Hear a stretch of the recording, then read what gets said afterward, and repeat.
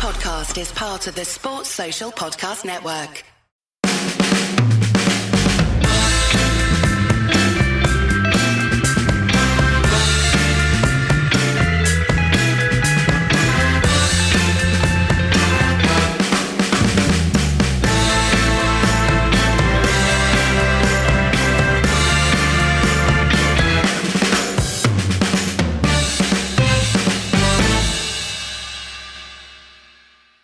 Red hot. That's what we need. We need a 16-minute warm-up chat, and then you're like, bang, ready for one take. In like Flynn, balls deep. How are you doing, Paul? Yeah, really good, thank you. It's been a very nice week, Manchester United-wise, hasn't it? Very nice week indeed. It's a very rare occasion that we get to talk about 2 victories in a row on this pod, at least over the last 3 years. At least it feels like it. How many times did that happen? I don't know. When was the last time it happened? Must have been... September. When did we last win a league game before this match? Well, Swansea away. Oh, yeah, there we go. But we'd lost in midweek, I think, to Feyenoord or Fenerbahce away. Yeah. I could be wrong about that. Anyway. Yeah, so the frozen tundra that was Ukraine. Not exactly war-torn eastern Ukraine, but still, it was touch and go for a while. Would the game even go ahead? But it did. It did, and it's good for Man United that it did. It was very interesting, given we were playing Spurs on Thursday. I mean, you and I talked a lot last week about how much rotation would Fosu Mensah start, Schneiderlin. Neither Memphis nor Schneiderlin on the plane to Ukraine, which, wow, could they be any more out the door in January? But he played a really strong team in the end. He really did, yeah. It's not as if he was holding Memphis and Schneiderlin back. It really odd. I mean, I have to say I was surprised he would play that strong a team. And, clearly, apart from Romero and, I guess, Young at right back, any of these players could be starting in game any week. Mm-hmm. And so surprised at that, given there was so little training time before a massive game against Tottenham. I mean, huge. United's biggest game of the season, really, given the context. But yeah, it paid off. Decent performance from United. Aside from a couple of chances from Zorya, they had the one that Romero saved pretty well about 5 minutes in. Late save from him as well. United were pretty dominant throughout, I thought. Yeah, the first half United were pretty sloppy. Some of that Everton game carried over in a way, it looked a bit like. And people were very kind of unhappy with the performance, but I was left thinking, well, it's a freezing cold pitch. It's got to be incredibly, just physically difficult to make the ball go where you want it to go on a pitch like that. We only needed a draw. We had a massive game coming up on Thursday, so people weren't necessarily at 100% intensity. So I thought that was not particularly surprising, but in the end, it took a moment of absolute magic to open that game up. Yeah, and also, United had 70% of the ball and the pass success rate was, in the late 80s. It's not as if United were that sloppy, given the type of game and the pitch and all of that kind of stuff. Yeah, it was just that in the first half, it was definitely an underwhelming first half of football. Yeah. Yeah, no, it was. And it took a moment of genius or, a very sloppy crossfield pass. When's the last time someone made a very sloppy crossfield pass and a United winger danced through the entire team in order to score? Did have very much shades of Vieira. So he picked up the ball and beat 3 players and scored a very, very nice goal. It just kind of makes you wonder exactly why he hasn't been near the team the last few months, doesn't it? It just kind of makes you really appreciate Mourinho's brilliant man management that gets him firing and ready by the time he comes back in the team. Now, sorry. What is it you think I will say about that particular form of analysis? Duncan Castle stole my phone. Sorry. I have seen that line of I've seen that line. I think it's total bollocks. I mean, I don't think we can possibly say either way for certainty whether it's true or not. Hey, but what does it matter? This is a podcast with opinions. Yeah. You know? Like everyone's got one. My opinion is that's total bollocks. Mourinho has held him back for way too long because he's absolutely brilliant. And showing it. The worst moment of the week from a football perspective by far was when he was stretchered off at Old Trafford and I'd seen the replay by that point because I was in the press box, and it didn't look that bad. So I was thinking, okay, he's probably going to get up, and he sort of went to get up initially. But then when they stretched him off, you're thinking, oh no, don't let this be 3 months or whatever, or even worse potentially. But then it was just, honestly, it was a massive relief when it turned out he's. I mean, they're saying Boxing Day basically. I mean, Mourinho was a bit hedged his bets a little bit, but that was generally the words going around that it's not going to be a long absence. Yeah, but United will miss him even for 2 games because he's made. A little bit in the game at Zorya, particularly against Spurs. He is helping United transition into the kind of shape that we thought that United should be playing this season. Right, looks more like a 4-3-3 or a 4-1-2-3 sort of system. A bit more dynamic, playing a little bit more on the break. And should he should be very effective in that system. There's a casualty. We can talk about that. Mm-hmm. Which is a shame as well because it impacts United's ability to be subtle in the final third when United needs to be subtle in the final third. But he's been very, very good in his few games back into the side, Mkhitaryan, and it's going to be a shame he's out. Hopefully, just the 2 games. I think he was man of the match against Zorya and man of the match against Tottenham, in addition to, I think he's been man of the match in 4 out of his 5 starts in the last 4 games. That's like... Yeah, I don't know who he awards this one. I don't know whether he was good against Zorya, and he scored a wonder goal, obviously. I mean, I thought Pogba was excellent in the centre of midfield. Really dictating play and driving forward and stuff. And Ibrahimovic had a good game as well. Those are all by fan votes on United's Twitter that I'm talking about. Which actually, I think I must have said this before on the podcast because it's one of my pet theories. But those are really insightful a lot of the time. Like they don't always get it right, but it's amazing how often, like I don't know, like a right back will have a really good game and win man of the match on that fan vote when you wouldn't necessarily expect it to happen. But there's a weird wisdom of crowds thing happening there that you wouldn't necessarily expect. It's kind of counterintuitive. Yeah, I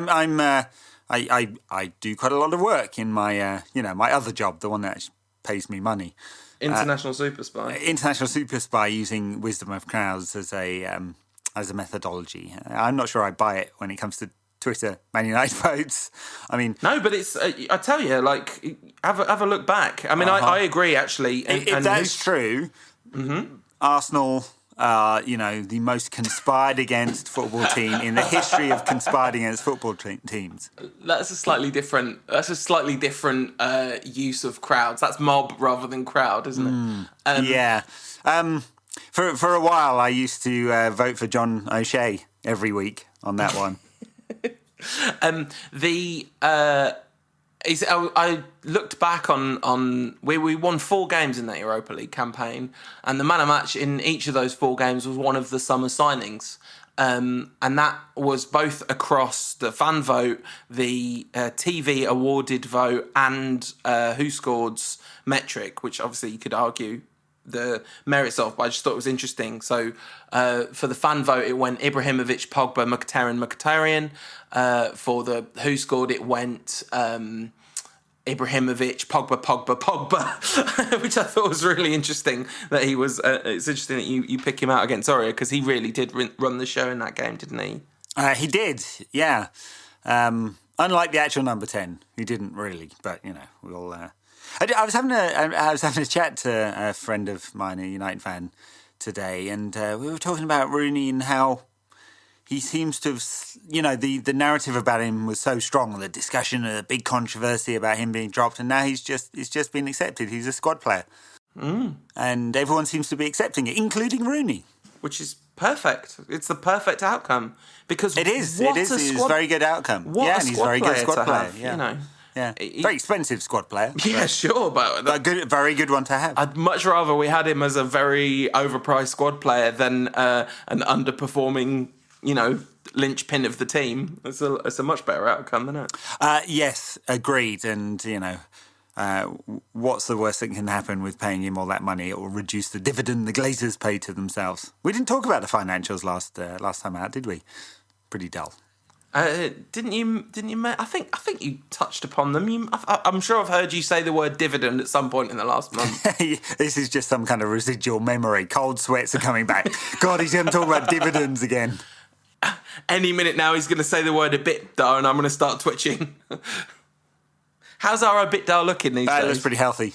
Nice, good. I think, we used to talk about financials a lot, but that was when there was a lot to talk about with the financials, wasn't it? It was when things were a lot hairier. That's when we used to talk about them more. Yeah, I mean, look, they're not hairy at the moment, although I suppose there'll be some bean counters at Old Trafford somewhat worried about United missing out on the Champions League next season because that would have a significant financial impact. I mean, overall, the direction of the club from a financial point of view is very healthy. There's still a ton of debt, 300x million. We did talk about this, up quite significantly because of the forex changes.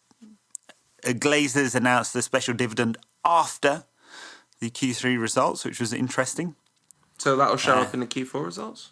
Yeah, they've been paying themselves dividends anyway. But anyway, that's dull. Yeah. Dull money talk. I mean, to be fair, we did transition from Europa League football to money talk, so it's two dull subjects in a row, really. I mean, so Saint-Etienne is the result of all that, which considering we didn't top the group, although 12 points would have been enough to top 6 of the 12 groups in the Europa League group stages. Fun fact for you there. The result of that is that we've got a draw against Saint-Etienne, and I imagine that is a draw that many away fans, travelling United fans, will be delighted. Having been to Turkey and Ukraine and 13-hour train journey to Odessa, it's going to be a whole lot simpler going to Saint-Etienne, isn't it? Much simpler. 50 kilometres sort of south of Lyon, very easy to get to, and a classic name from the 1970s. And the 1990s, as everyone has joked. That's true. I wasn't going to make that joke. No, I know, because I'd heard it already. But, you got to do it, and something, shoegazing, something. They were once a huge force in European football, weren't they? Yeah, indeed. Do they still play in green? I guess they do. Yes. Yeah. I really don't know a lot about Saint-Etienne, and I haven't had the time to do some proper research. I guess we will do before we actually play them in the new year. But not doing great in League 1 this season. Zlatan Ibrahimovic has scored more goals against Saint-Etienne than he has against any other team, apparently, according to a thing I saw on Twitter earlier that I didn't fact-check in any way, shape or form. Wow. Yeah, I mean, the thing is, you probably should fact-check things that have been on Twitter. Yeah, not doing that has caused a massive global problem in recent times.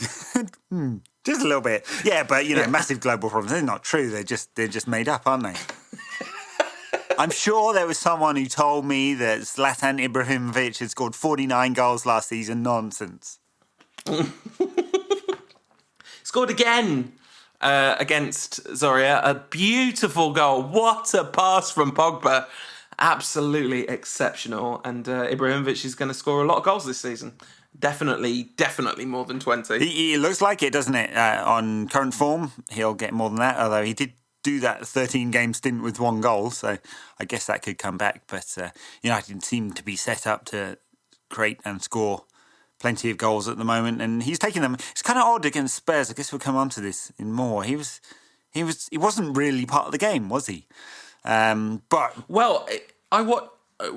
just. I mean, I'm done with Zorya. If you're done with Zorya, yeah, done forever. I spent the entire game watching Zlatan Ibrahimovic for an article that I was writing, because that was my kind of angle on the game. Was I was just going to do a breakdown of everything he did, which was incredibly fascinating. It was a kind of masterclass in off the ball forward play, like the amount of stuff he did that made a small but meaningful difference, or could have opened up opportunities, or like the way he uses his energy.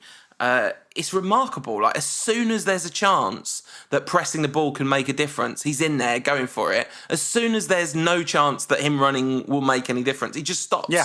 And like even the Mkhitaryan goal, which Ibrahimovic's entire contribution was not getting in the way, it was really intelligent forward play. Like, he made it very clear he wasn't interfering with play until the moment Mkhitaryan touched the ball, at which point he started sprinting off, taking a defender with him. He had a load of good little touches in and around the box. There was that one shot as well, which I don't know. I couldn't really see if he should have done better. The one that Lloris saved at the near post. But yeah, it was a joy to just watch him do not all that much, but do it brilliantly. Right, but what he doesn't do in games like that is actually make runs for his fellow attackers. And that's the challenge. So, Mourinho talks about him being brilliant, whether he's scoring goals or not. He's a very strong defender of Ibrahimovic, and it's not like he defends players just for the sake of it, is it? I guess we'll come on to that. Yeah. He talked a lot about Ibra's contribution and quality, even when not scoring. Now he's scoring, it's important. But, it's just that there is this trade-off, and the trade-off is that he's not going to make runs into the channels. He's not going to help create space. Anthony Martial is, he's playing sort of inside left against Spurs, and he's having to cut back all the time, look for support, because there aren't no runs into the channel from his number 9. And, and the thing is, I totally agree with you. When there's a sniff of a chance, Ibrahimovic makes the goal, right? Because he's going to make that 10-yard diagonal run, which basically just flags the pass for a half-competent midfielder. He's going to make central midfielder look brilliant. Paul Pogba's pass for him to score the other day, half of that's about Ibra making the run in the space, So I totally agree. Absolutely brilliant in those sort of attacking third spaces, but when United are either playing on the break, as they did a lot against Tottenham, or chasing a game, or need someone to hold the ball up, it's not always Ibra's game, And well, he does hold the ball up really well. In fact, there was, for the Pogba free kick, that all happened because he was on his own in the United half and held up the ball until Pogba caught up with him, basically.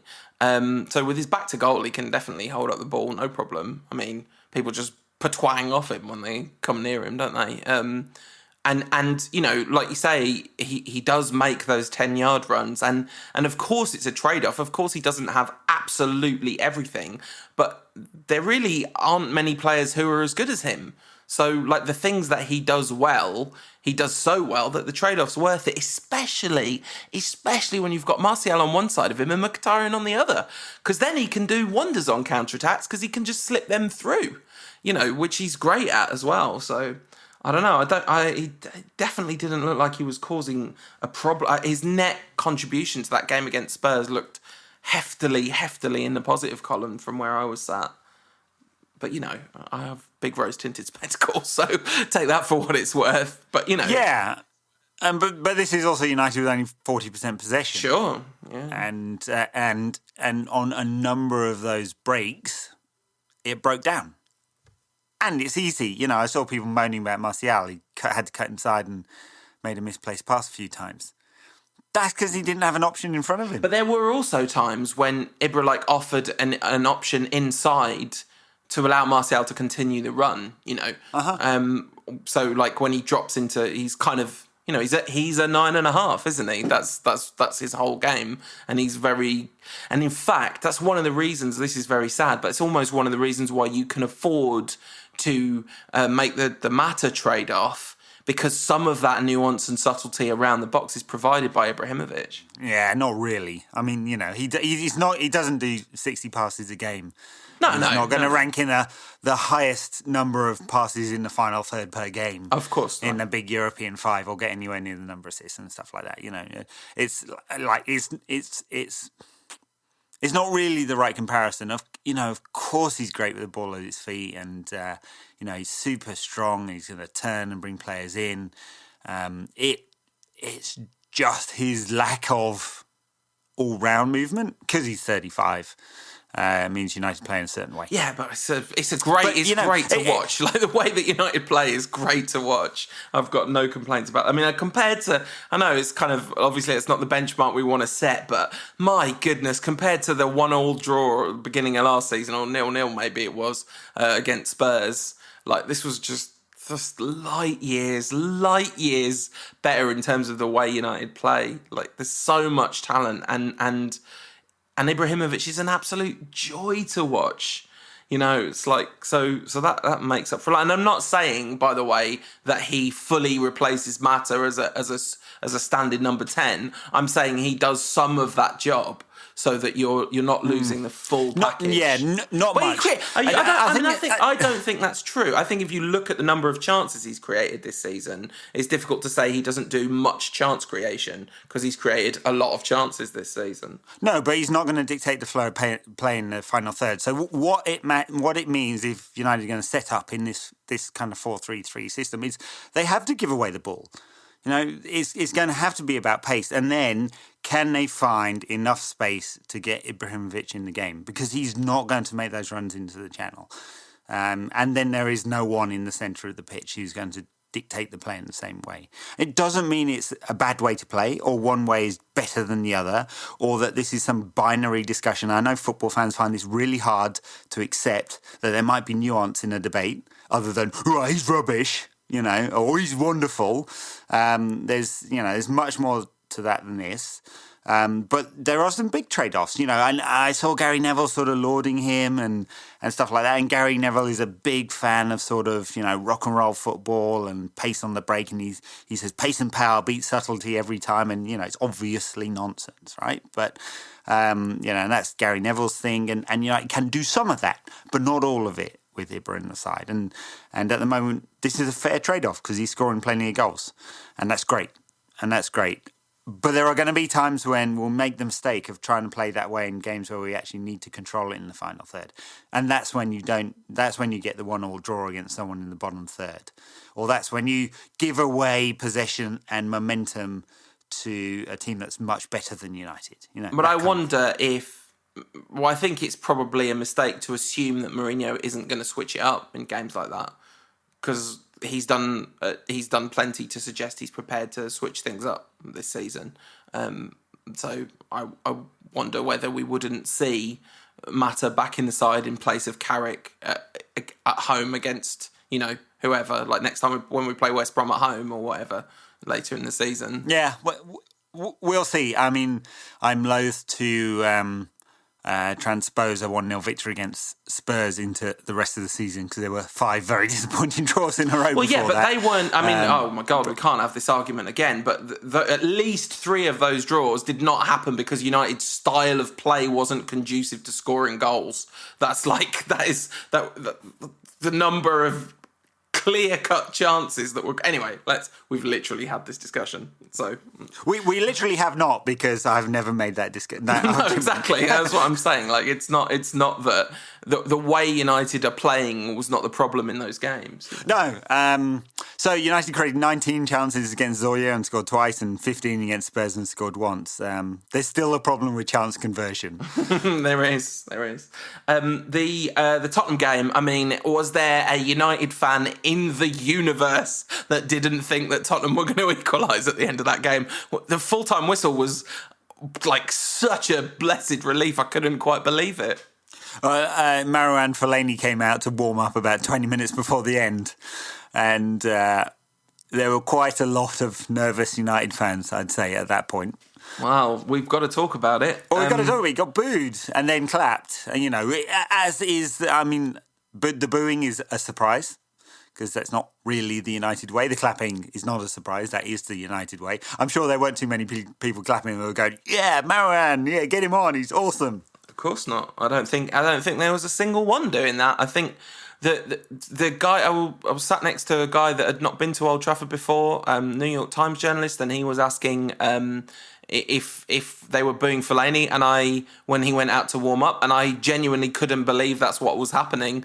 So I said I didn't know, because I was looking elsewhere on the pitch at that point. I wondered if the referee had done something or something like that. But then, of course, when he came on as a sub, because in fact when he came on as a sub, the same thing happened. There were rapturous applause for, I think it was Herrera that came off, and then as soon as Fellaini came on, the booing started, and then people were really, really cheering loudly for him, because I've seen people say. And a few people have messaged me on Twitter and stuff saying, Like, there's a guy messaged me saying he doesn't even understand. Like, in American sports, you would always boo a player that's playing so badly. And, you know, reluctant to bang on about a kind of culture of a club and what's special about the team or whatever. But I can only remember a substitution being booed twice. And both times they involved Fellaini. Like, the last one was CSKA in Moscow when he came on for Martial. And that was more about Martial coming off. But outright boos for a player coming on at Old Trafford. I mean, do you ever... You've been a lot more than me. Do you ever remember that happening? No, I'm sure there are times I've forgotten, but really not. I mean, I remember the time that the press claimed that United fans had booed Ryan Giggs. And I was at that game and certain that it hadn't happened. But, you know, maybe. No. I'm finding it hard to recall times that this is the case. And I don't think it's right either. I don't, you know, he's a calamity of a footballer. Yeah. But it's not like he doesn't give a toss. He clearly does give a toss. He tries hard. He just should never have been signed by United and shouldn't be playing games. It is unbelievable that he's played more than 100 games for United. And he's been a disaster in, 90 of them or something. But yeah, I'd say he's been a disaster in 40, extremely average in 50, and good in 10. You know, that's about right. Yeah, and pretty much every United fan looking at him warming up and going, "Oh no, don't bring him on!"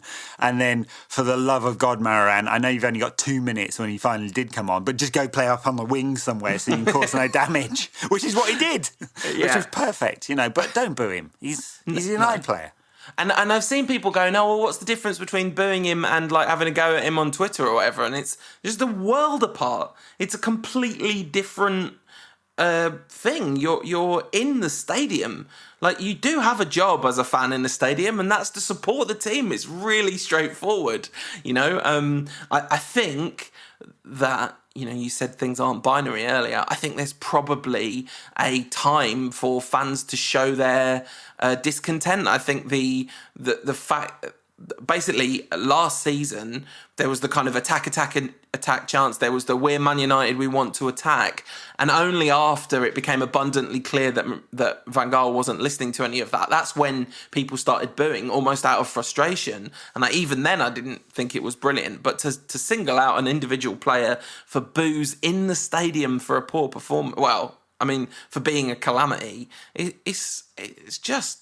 I mean, it really isn't the United way. And the reaction of the rest of the crowd, the kind of what I presume are the older heads in the crowd, kind of made it really clear that it's not the United way, didn't it? I mean, so afterwards, there's a couple of funny things about that substitution. First of all, immediately beforehand, Rooney, Blint and Mata were all warming up on the touchline together. We only had 2 subs left, and it was like, oh, brilliant, he's not going to bring Fellaini on. Then he called them back in and sent Bailly and Fellaini out. Then when Mkhitaryan was injured, Bailly and Fellaini were right down by the Stretford end, and Mourinho's like waving at them frantically to get one of them to come back. And he kind of does a gesture, meaning like, the shorter one of you.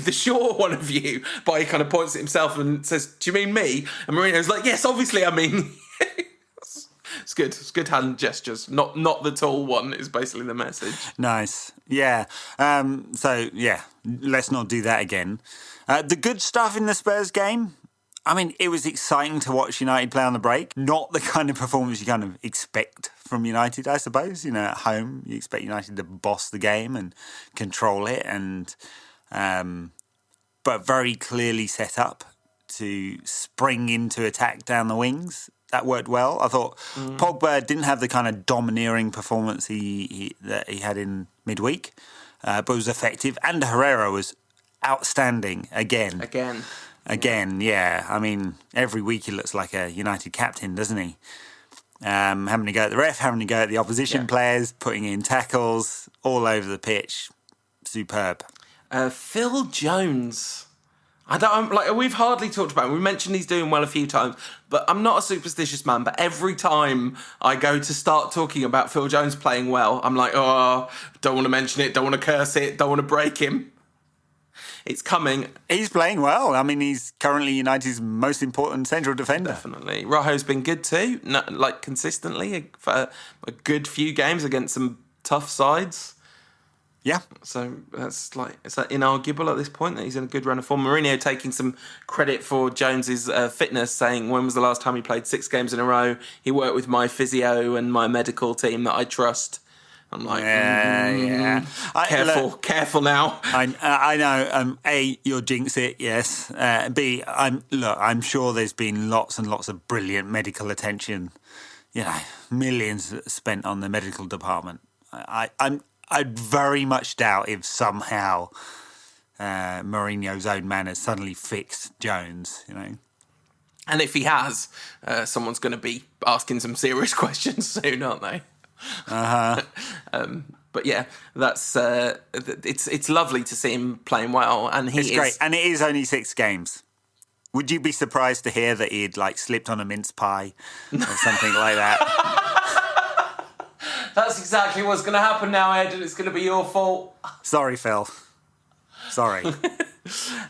Other good performances in that game. Well, really, there wasn't anyone who wasn't good. Maybe Darmian looks a bit ropey at left back. Well, he just wants to tuck in all the time, and I think it really 2 things that Martial wasn't particularly good, and I think the 2 things that really affected him were, one, the conversation we just had about the movement ahead of him, and B, Darmian tucking in, and Martial was exposed on his own and had to tuck back all the time, and he was a bit wayward with his passing as a result. Yeah, I mean, who would have predicted that Matteo Darmian would be United's starting left back at this point of the season? I mean, he's got to be 4th choice on most people's lists, I guess. Yeah, behind who? Maybe Shaw, 3rd ahead of Rocco. Blind. Is he ahead of Rocco? Maybe. I don't know. I mean, at some point he definitely was behind Rocco in the pecking order, wasn't he? But it's just really bizarre that in a team that's in a club with so many left backs on its books, we're playing a right back at left back. Yeah. Cameron Borthwick-Jackson back in January, maybe? Yeah, probably not. I mean, he's slated to be out on loan for the season. Read his story today that Mourinho doesn't want Sam Johnston to go to Wolves because of their treatment of Borthwick-Jackson. Wasn't a story, I just read a tweet. Nice, must be true, because everything on Twitter is definitely true. Definitely. Yeah. And the whole of the internet.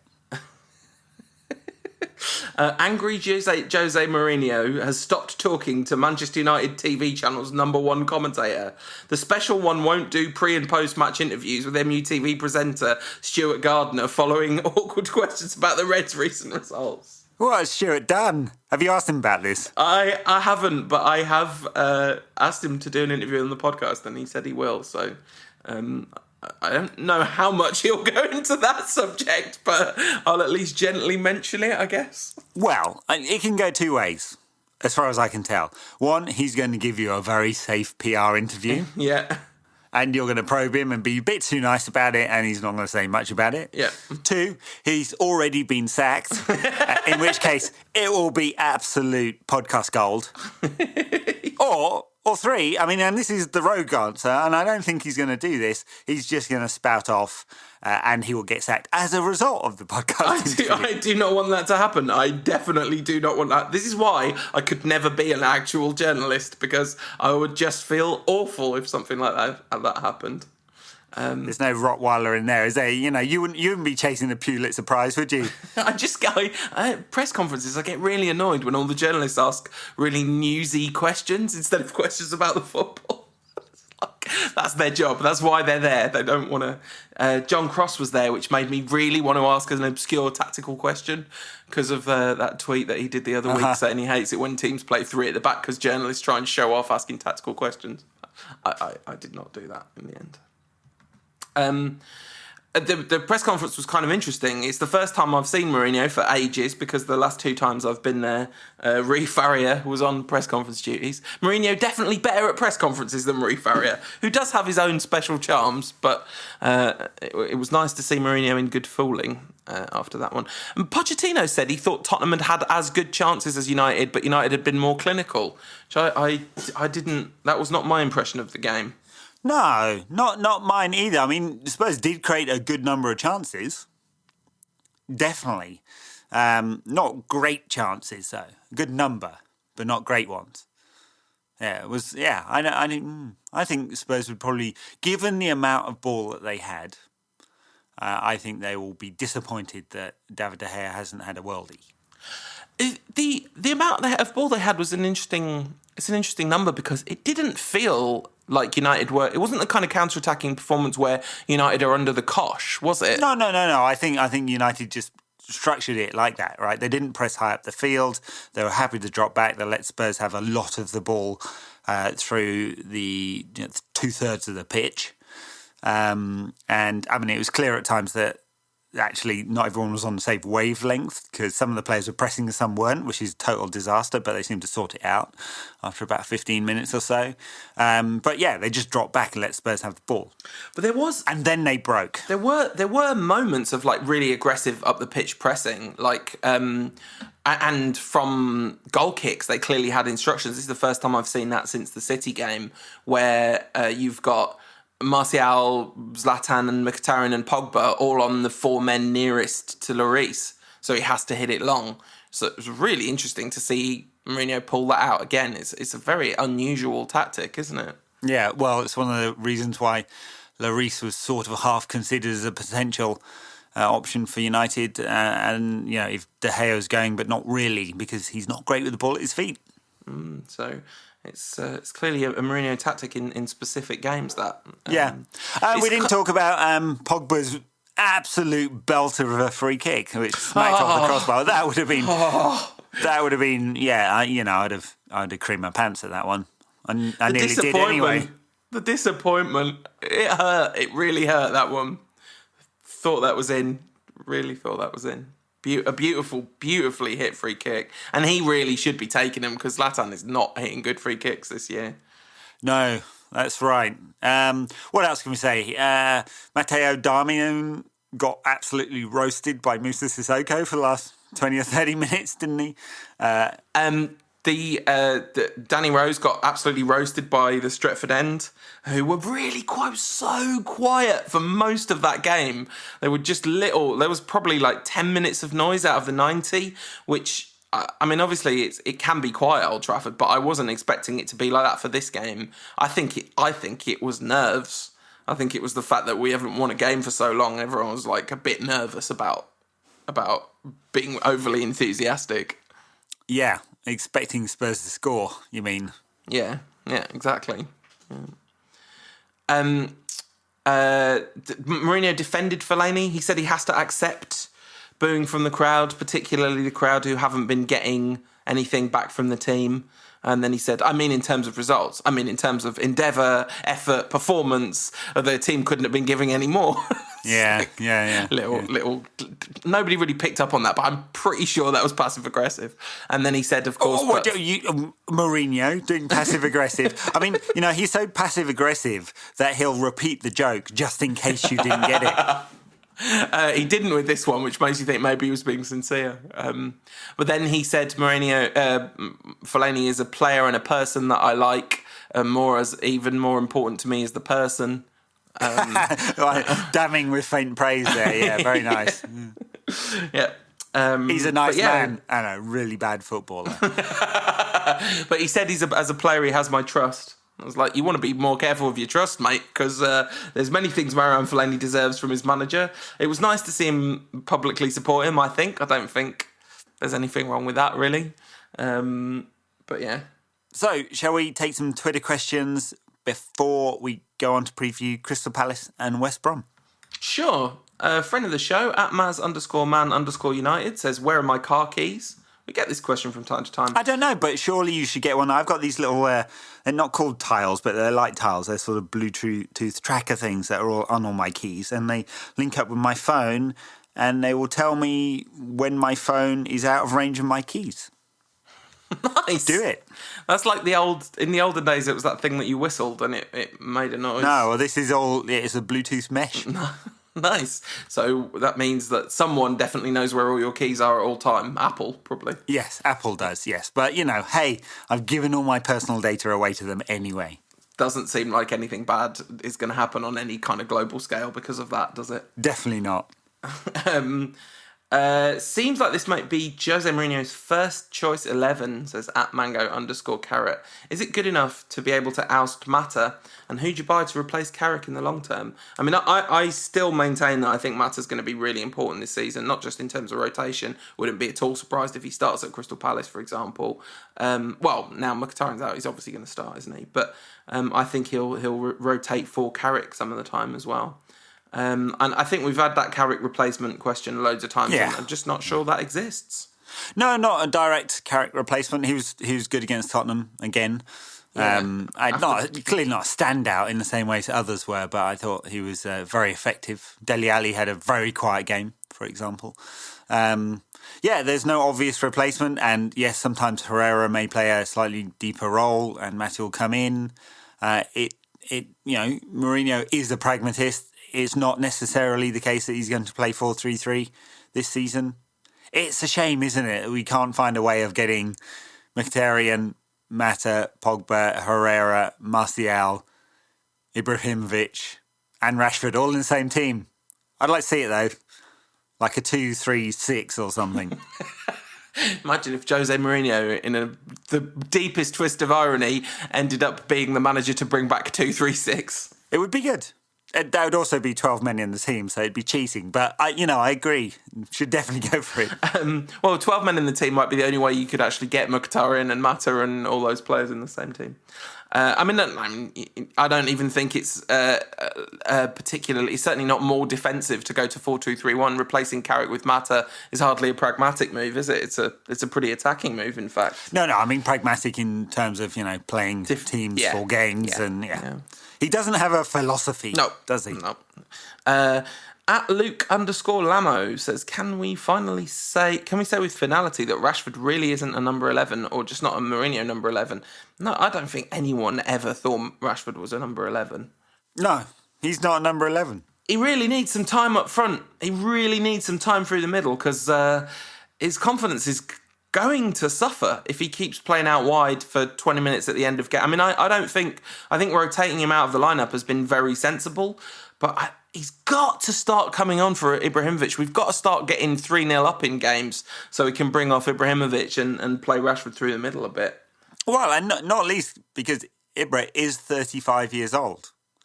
And him playing 50 games this season is not going to happen. I was talking to Chris Vokes from Goal, and he was saying all season he can't remember a single time when the opposition central defender has had too much time on the ball because of Ibrahimovic all season, which, given he's played every minute and he's 35, is absolutely incredible.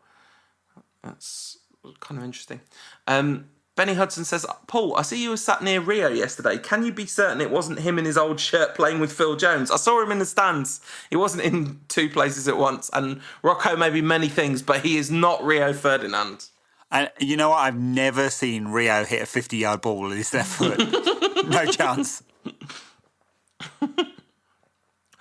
@Sutcliffe says, when driving once, I saw Quinton Fortune do that slow run, fast walk thing. Is there a name for it? It's called power walking. There you go. Never let it be said we don't give you anything. @BadmanBugty says, is Phil Jones the most ghetto player at United?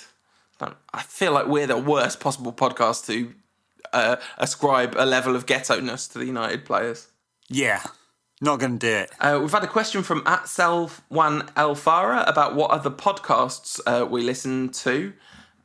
Well, we did a whole bonus content on that if you're a backer. Yep. A couple of episodes ago. If you're not a backer, Ed... Too back. Yeah. Sorry, vetoed. @Nightwink99 says, who will get a song first, Jones or Rojo? It's got to be Jones, right? Hasn't he got one? I don't know. Maybe not. He's got a load, but it's all sung by City fans. Oh, yeah. Weirdly features heavily in the City repertoire. It really does. I wonder how many songs City fans have about John Stones. Just wondering. Just wondering, you know. We signed Satan, you signed John Stones, John Stones. That kind of thing. Yeah. I mean, it's a bit too early for Schadenfreude, but my goodness, Guardiola is struggling to do it on a wet Sunday afternoon at Leicester, isn't he? I quite enjoyed the Leicester City game. it was exactly the kind of game that a Guardiola side loses quite a lot. Anyway. And Klopp struggling as well. Maybe we did get the right manager after all. Yeah, I don't know if we have a question about this, but are you enjoying the Klopp, Karius, Neville brothers spat? I mean, I feel like Klopp should be doing better material than just, oh, well, you didn't do a very good job as a manager, did you? Which is... No, I know, it's pretty childish, wasn't it? Yeah. A bit route one. It's a really, really, really comeback. What he could have gone with is, what were your comments about David De Gea in his early years, Gary? And have a look to see if Neville had ever cast aspersions on the possibility of De Gea being a real United keeper. Yeah, or what do you think about Joe Hart, Gaz? Well, quite. Aside from Pogba, says at Gary_1105, do any players in our current squad have the potential to win the Ballon d'Or? No, well, defensive players never do. Yeah, so Eric Bailly's ruled out. So Bailly and David De Gea are ruled out. I don't think Mkhitaryan's ever going to be in a Ballon d'Or candidate. I mean, he's a very good player, but I'm not sure he's that kind of player. Big game, all that kind of stuff. Is Martial good enough? Potential. It's in his contract, isn't it? So someone obviously thought it was worth mentioning the Ballon d'Or. The thing with Mkhitaryan is the other day I was writing about him and I had a sudden flash. Yeah, Mkhitaryan's definitely going to win Premier League Player of the Year at some point before he's done. So we'll see if that comes to pass. But yeah, I think the fact that he doesn't have an international stage to do it on probably hampers his Ballon d'Or chances, doesn't it? Yeah. Although he could do it in an off year when there's no international tournaments. Pogba, I mean, obviously Zlatan, but it's too late. Did he ever win it? I don't think he did he? No. He did not. It's just been shared by Ronaldo and Messi for the last 27 years. Of the players who are now seemingly frozen out by Jose Mourinho, asks at Andy United, who do you think deserves another chance? He says it's Schneiderlin for him. I'm not 100% convinced with any of our squad that are frozen out that any of them really properly deserve it over the players that are playing. All right, especially if you can't say 100% properly. Oh, we're going to pick on who has difficulty saying words properly, are we, Ed? Hold on, let me just go to the archives. No, all the archives say is beep, beep, beep. Yeah. I'm not sure any of them do. I mean, unless you count Fosu Mensah, but I think he's not really frozen out. He's just, fringe player. Young and, not considered ready. Stories doing the rounds this week that Mourinho is insisting on buying the finished product and not young kids. Well, who'd have thunk it? I mean, actually, though, if you look at our squad balance, that's exactly right, isn't it? We don't need any more young up-and-coming stars. If the team needs anything, there's plenty of young players to work with, isn't there? There's plenty of long tail on a lot of the talent he's bought. Yeah, I suppose so. I mean, if you look at the starting 11 against Spurs, it's only really Martial who's a young gun, isn't it? I mean, does Pogba count when he's a £90 million player? I'm not sure about that. He, in terms of age and longevity, he kind of does, doesn't he? Eric Bailly obviously didn't start, but came on. Phil Jones is hardly old by now. I mean, was he 25? But yeah, and there's Rashford and Fosu Mensah and Cameron Borthwick-Jackson to come back and take the left back spot. My favourite Rancast question for ages, at J McKeown Esquire, after the Spurs game, just tweeted at us, Barclays, ? #Rancast. I think what he meant is the league on at this point now? Mourinho said 3 points behind Tottenham is a lot better than 9 points behind Tottenham. Hard to disagree with that logic, isn't it? I don't know where he got that one from. What a ridiculous statement. Yeah. United right back in it now. Just 6 points behind City in fourth. Obviously, goal difference is not quite as good, but it's now looking much less desperate. All on the basis of City losing and United beating Spurs. It's a good turnaround. That's why that Everton game was so frustrating, wasn't it? Because of the way other results went and stuff. Anyway. But, if United had lost and been 9 points behind Spurs and City had won and it was 11, 12 points to the Champions League, you pretty much could have written it off. Now the feeling is very different. I was actually looking at the fixtures. So Palace, West Brom, Sunderland, Borough. Come on, 4 victories out of 4 before the end of the year. There's no way. It's got to be on. It's got to be. I know you're saying it's no way, but it's got to be on. United have got to be thinking, yes. And then it's West Ham, who are in a bit of disarray at the moment, and obviously playing at the Olympic Stadium, the fans will be fighting. Is that in the... No, it's not. That's in the league. Yeah, it's the league. Yeah. That's in the league. The bunch of cup games in here, obviously Reading game in the FA Cup and 2 against Hull in the EFL Cup, Milk Cup, as proper fans call it. And then there's the Liverpool game in Stoke before the end of January. So, the Liverpool game at Old Trafford, obviously that's the big one there. But there's a hell of a lot of winnable games before the end of January. It's a big chance for United to push forward. I'll be absolutely shocked if we win 4 games in a row from here, though. Considering, we were good against Zorya, we were good against Tottenham, but we were really average in that first half, especially against Everton. No, the second half against Everton. And we had that Chelsea game, that Watford game earlier in the season. Maybe that's long enough ago that you can say those performances are out of the system, but we've had the away performances in Europe. There's weird flat performances in this side when you don't expect it. Now, yeah, there are. Palace are a mess. Yeah, right? They're not playing well. That it's the kind of game United have got to win. West Brom are playing well, but they do ship goals at home. Do they? Yeah. Okay, you wouldn't expect that from a Pulis side, would you? West Brom, I guess you'd say United go away with a draw. It's not a disaster. But come on, got to beat the other 3, got to. So when are you basing West Brom shipping goals at home on? Well, they've conceded 10 at home. I looked it up the other day. Right, that's quite a lot, I suppose. But I wonder whether my understanding of West Brom is definitely that their form has had a dramatic upturn. So they conceded 4 against City at the end of October. Yeah, which will have added to it. Yeah. Yeah, but since then, their home games were a 4-0 win over Burnley, a 3-1 win over Watford. They drew 1-1 with Spurs at home. They beat West Ham 4-2 at home. So their home results are, I don't know, there's a couple of outliers in there, but I'm not sure them shipping goals is quite it's not the recent story anyway. I'm looking for positives here. Man, you're such a Debbie Downer. Sorry. And Palace, talk about being a Debbie Downer. You're right, of course. Palace are a complete mess, but they haven't stopped scoring. Yeah, and Wilf Zaha is playing very well at the moment. He's what's he been called up for? Nigeria? No, Ivory Coast. Which is big, isn't it? That's like he could do a lot. Yeah, there. yeah, and I know he's played a couple of times for England, but I'd say he's well within his rights, given how England dumped him very quickly. Yeah, absolutely. And plus, he's just well within his rights generally, isn't he? Like, he's allowed to do that, so why not? And yeah, he's playing great. He scored a lovely goal at the weekend.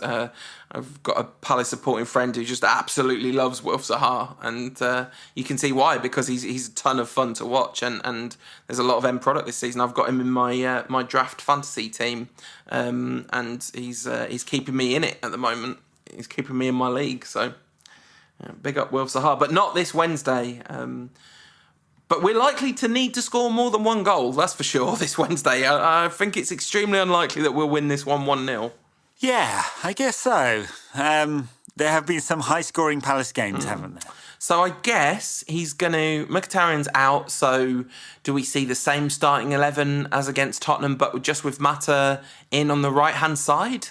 Then you really are starting to talk about Martial not having any options ahead of him, aren't you? Yeah, no, we'll see about that. I mean, it could be that he, in an away game, he'd like to bring Lingard back into the team.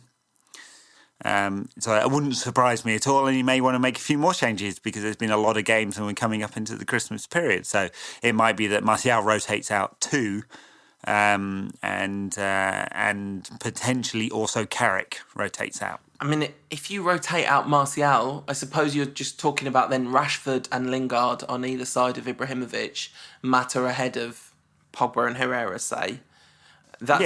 Yeah, that wouldn't be a surprise to see. I'll be nervous if that's the team, I tell you, because Rashford in the form that he's in, which is obviously troubling, and Lingard, I'm a big fan of Lingard's, but the quality drop from Mkhitaryan to Lingard is real, and that is a real drop in quality.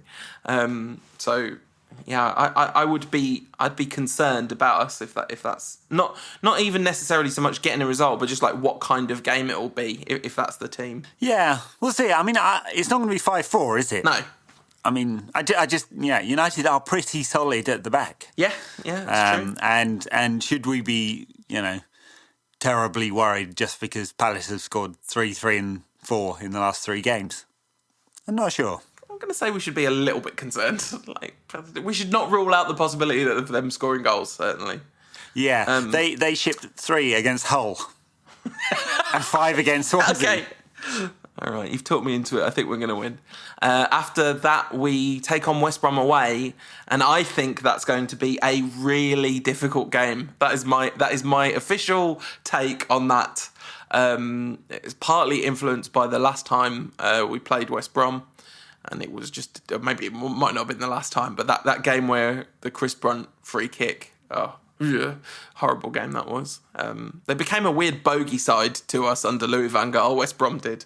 Yeah, many sides became a bogey side. I mean, they got absolutely smashed by City a few weeks ago, didn't they? They did, yeah. Yeah, and they lost to Chelsea.